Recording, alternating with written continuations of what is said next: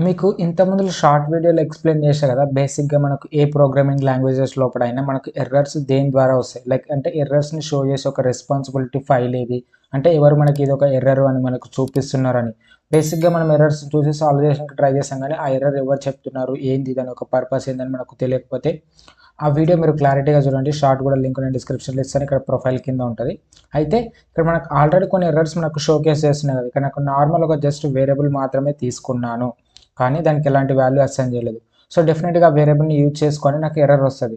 So, మనకు ఆ ఎర్రర్‌ని కూడా మనం హైడ్ చేయడానికి సింపుల్‌గా ఏం చేయాలంటే ఈఎస్‌లింట్ లోపటికెళ్ళి సో, నో అన్‌యూజ్డ్ వాట్స్ అని నేను ఒక ఇట్లా డిక్లేర్ చేసి రూల్ లోపల సో, దీన్ని ఆన్ చేస్తున్నా చూడండి. సో, ఆన్ చేసి ఒక్కసారి మనం దీన్ని వీఎస్ కోడ్‌ని క్లోజ్ చేసి మళ్ళీ ఆన్ చేయాలి. సో, ఇప్పుడు ఇక్కడ చూడండి హెలో అనేది మనకు ఎలాంటి ఎర్రర్ షో చేయట్లేదు. సో, ఇలా మనం ఎర్రర్స్‌ని కూడా మనం హైడ్ చేసుకోవచ్చు రూల్స్‌ని నెగ్లెక్ట్ చేసి. మీకు ఏదైనా డౌట్స్ ఉంటే కామెంట్ చేయండి. వీడియో గాని నచ్చితే లైక్ చేసి ఛానెల్ సబ్స్క్రైబ్ చేసుకోవడం మర్చిపోకండి.